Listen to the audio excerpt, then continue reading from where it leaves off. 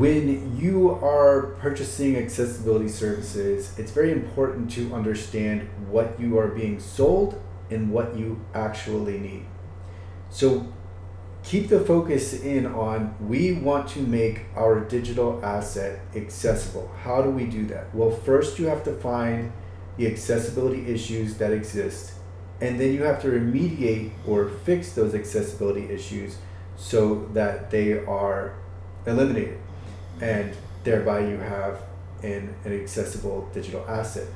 That is what you need. Now, you may want documentation that speaks to that accessibility. So if you do, then that would be additionally what you need. So you might need a VPAT, or more correctly an ACR. You might want that or need that for procurement purposes, or just to demonstrate and have an accounting of accessibility. You may want a conformance statement that in effect certifies at least part of your digital asset as accessible. You may want that as well, but those are what you really need and want. So knowing that, what else is being sold to you under the pretenses of it helps with that? And knowing that is very important, because you may end up bargaining for, or not really bargaining for, but being sold something additional that you do not need and or want for accessibility. So let's take the example of a scan. You can scan single pages of your website for free. You may be sold a scan where the scan is said to work for your entire website. You have to decide whether or not you need that and whether or not that is practical.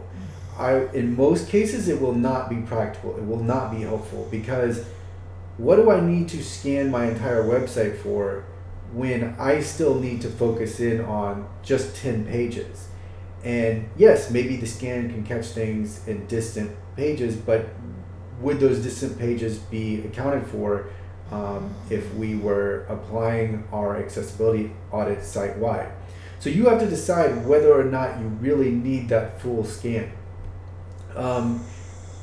Let's take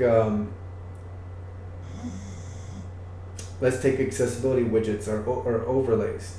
You don't need those, but you're likely being sold those under this idea that, okay, we have a solution and it's a stopgap or a temporary hold on accessibility, and so you need to have this overlay on your website in addition to maybe accessibility services.